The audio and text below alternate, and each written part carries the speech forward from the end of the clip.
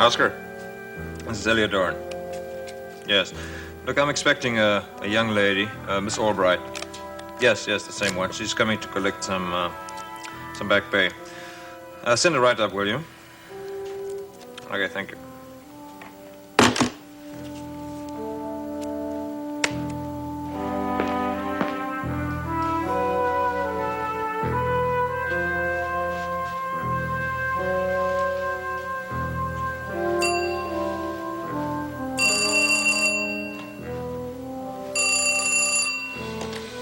Yes. Oh, darling, you are home. I'm glad. Oh, hello, Margo. How are you? I was surprised you weren't here when I came home. I was thinking maybe we could have a drink before you left for your appointment. Oh, that would have been lovely, but I had to go early. I had another appointment before the dinner date. Did you manage to get to the bank on time? Oh, yes, I have the check cashed. Thank you. Well, I'm sorry about the urgency of it all, but it was just one of those suppliers who insists on getting paid immediately, you know. No. Well, now that I've done you a favor, maybe you can do me a favor? This appointment's going to keep me from seeing April's interview show. Would you be kind enough to put it down on tape for me? I set everything up. All you have to do is push the button. You think you can handle it? Sure. Okay, I'll be glad to do it. Oh, good darling. I didn't get much of a chance to see April today at all. I hope she managed all right. Well, are you going to be coming home late from your dinner? Because I'll leave the Unicorn not later than about midnight. Well, I'll try to get home early, darling. Okay. I just want us to be together a bit more often. I'd like that, too. I do love you, you know, you beast. I love you, too.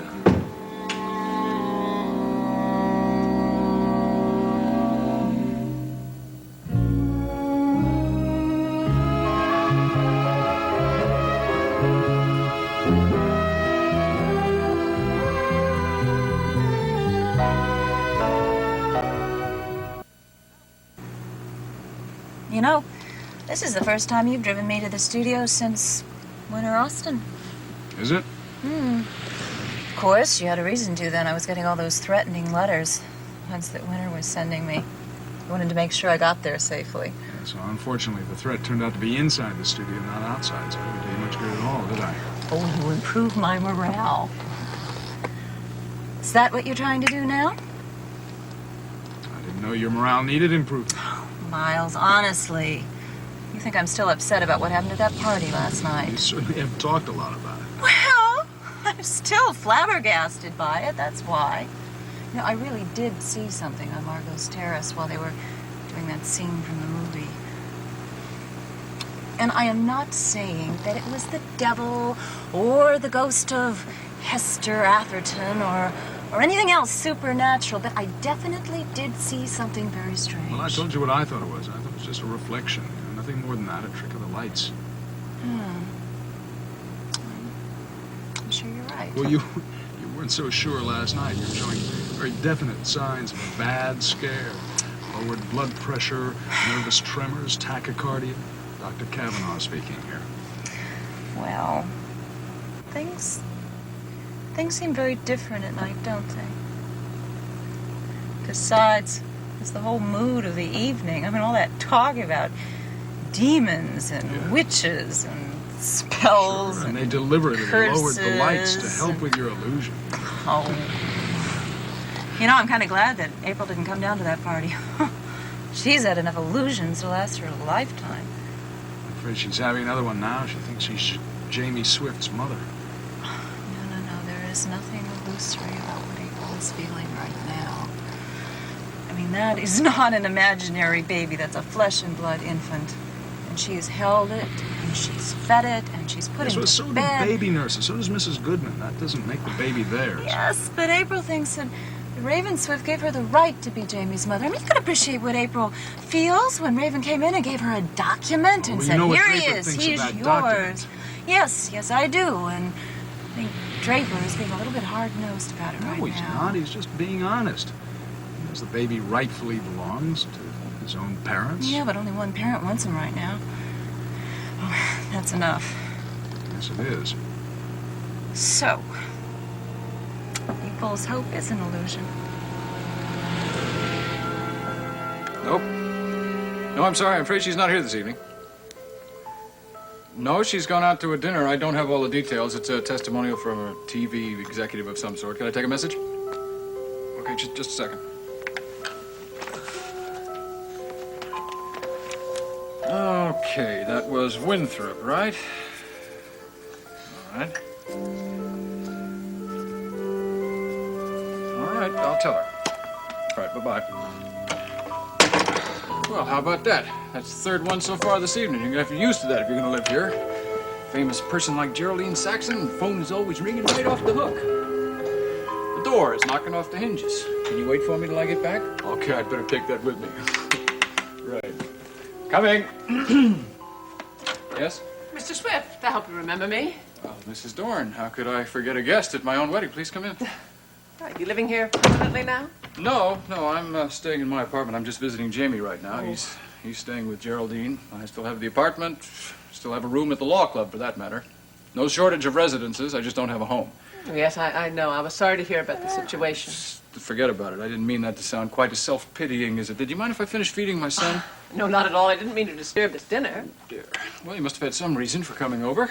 Well, as a matter of fact, they wanted to say hello to my little friend here. There we go. Be sure he's all right. April's very concerned about him. Well, you tell April that he's fine. He's hungry. He's had a few interruptions during this meal. Yes, I'm sorry about that I'm one of those interruptions, and I promise it won't be a very long one. As a matter of fact, I have a dinner date myself. It's really an obligation to speak at some sort of stuffy dinner for a television bigwig. Sounds like the same thing that Geraldine Saxon's going to. Huh? Yes, yes. A TV news executive of some sort? Yeah, probably the same one. Maybe I'll see you there. Yeah, that sounds nice. You two can have a friendly chat. As a matter of fact, I would like to have a friendly chat with you about Jaimey. You see, Mr. Swift, I think I have the solution to your little problem.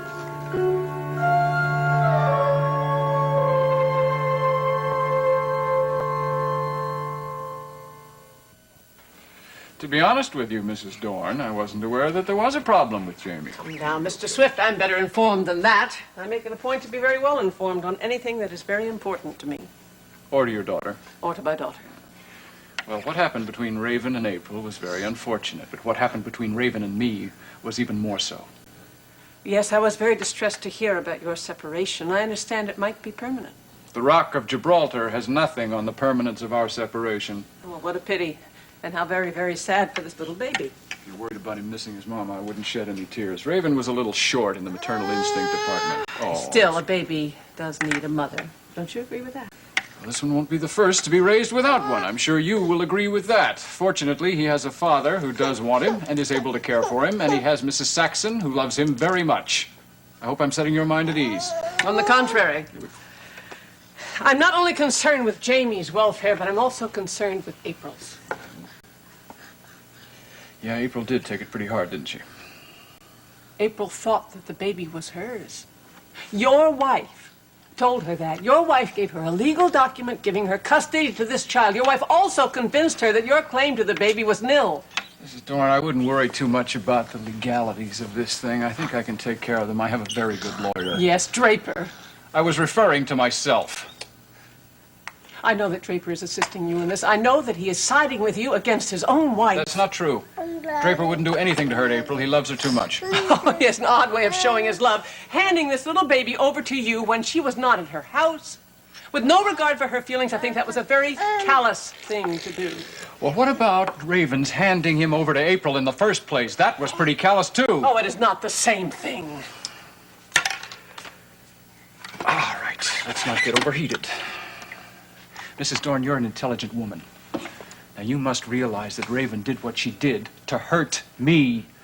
But one thing that is not going to be hurt by all this is April's marriage.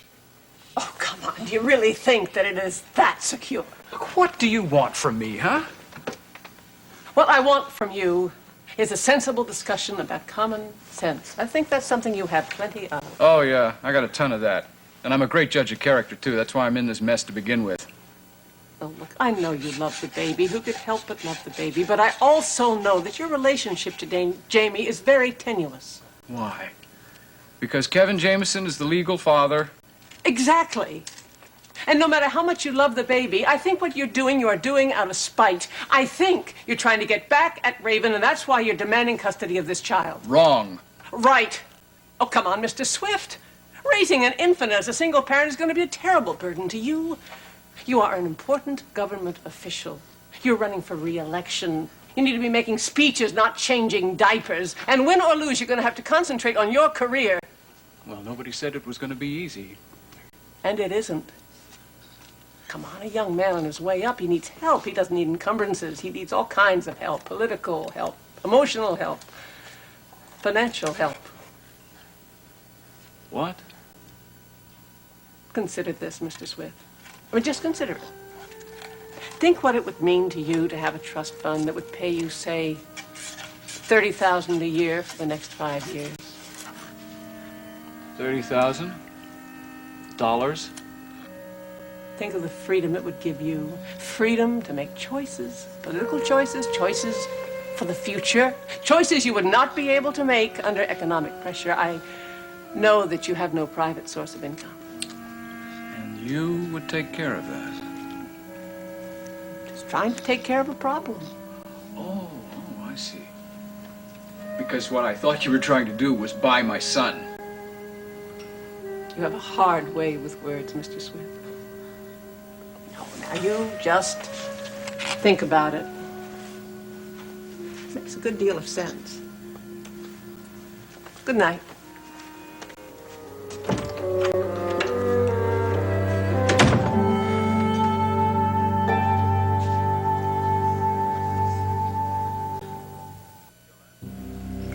This is your last drink of the evening, Precious.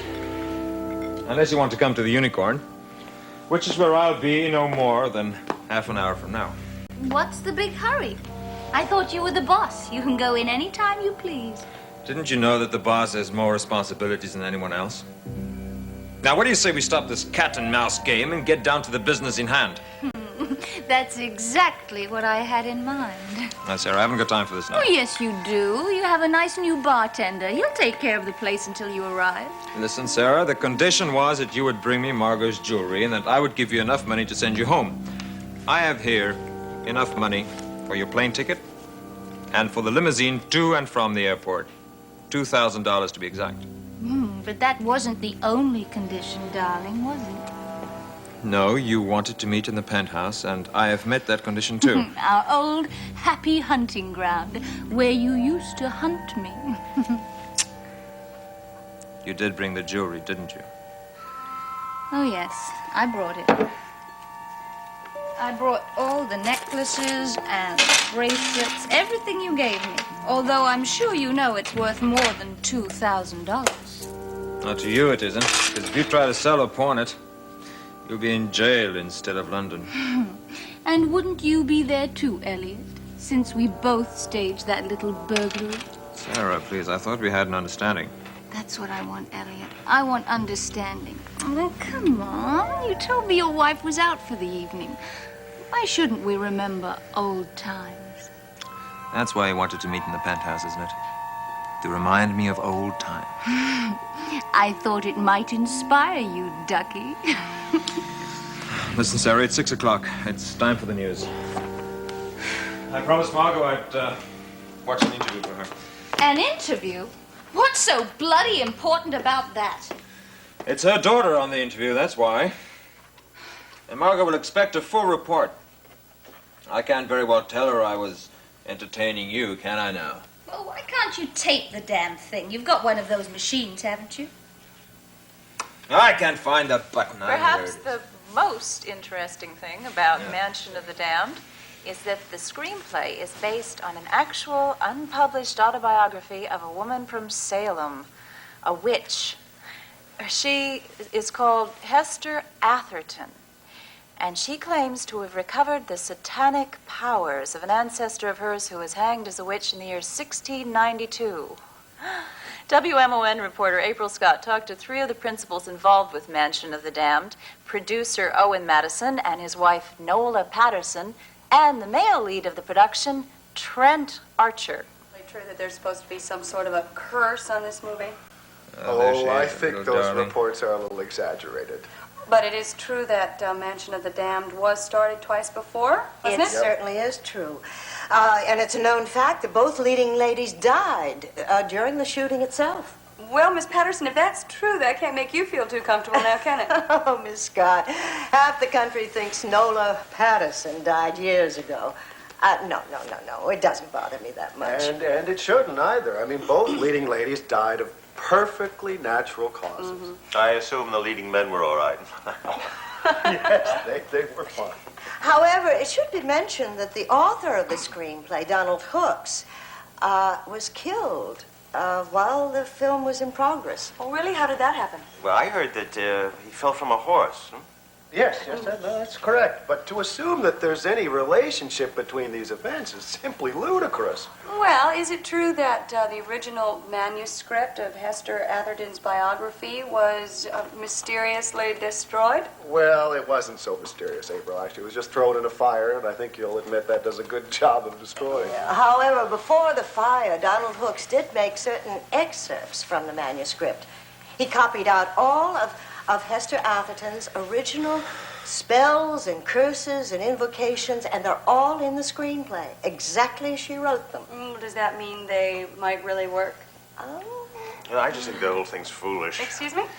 Well, I mean, I think that it's foolish to just leave the spells and the curses just the way they were, simply for the sake of the so-called authenticity. Mr. Archer, this sounds like you might really believe they work. No, I believe that it's just, you shouldn't take foolish chances. I mean, who's to say what sort of knowledge the ancients had, huh? Who's to say it? Are you all right? Well, anyway, we're not really concerned about the curse on this Mansion of the Dam. We just want to make the most entertaining movie that we possibly can, and we're very grateful to the people of Monticello for letting us make it here. Well, Mr. Madison, we are very happy that you are here, and we all hope that Mansion of the Dam turns out to be one heck of a picture. This is April Scott for WMON News. By the way, that interview was pre-taped. April Scott is ill. Nothing serious, but she's home recuperating, and I know you all join me in wishing her a speedy recovery. Something about April Scott being at home. Why?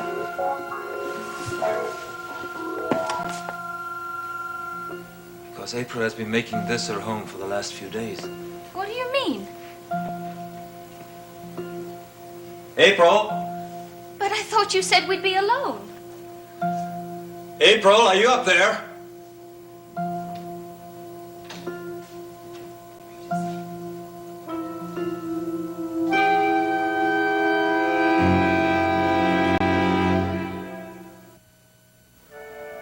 So you were up there. Spying on me again, April? No. Your favorite hobby? No, Elliot, I was lying down. Oh, yeah. I bet you had this plan from the very beginning. Ever since you eavesdropped my phone call. I didn't plan on anything. Isn't this something? Well, isn't this the cutest thing? That's the second time for her, isn't it, Elliot? Oh, shut up. This sweet little thing is going to be the end of you, isn't she? Well, go on, Ducky. Let's see how you get out of it this time.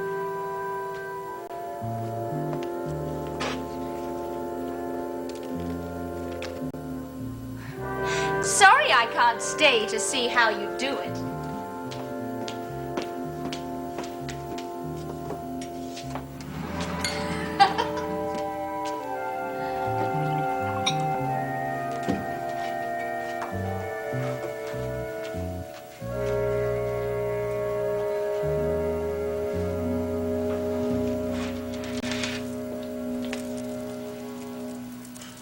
I had no idea you were going to be home tonight, Elliot. Nor did I, obviously. We were supposed to be at the studio taping an interview. I pre-taped the interview this afternoon. I wasn't feeling well and I came home early. Correction, April. This isn't your home. This is mine. And I suppose you're gonna make sure it's not mine much longer. I don't know what you're talking about. Can't wait to tell Mama when she gets home, can you? Why are you looking at me like that?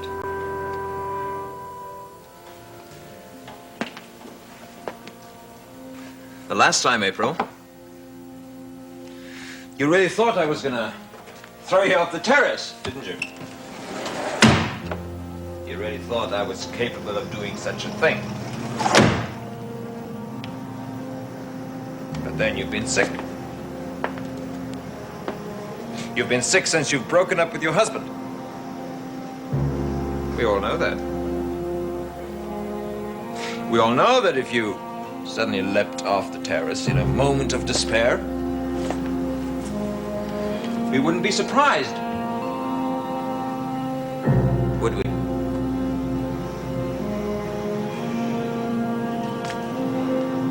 Come, let's take a look at the view, April.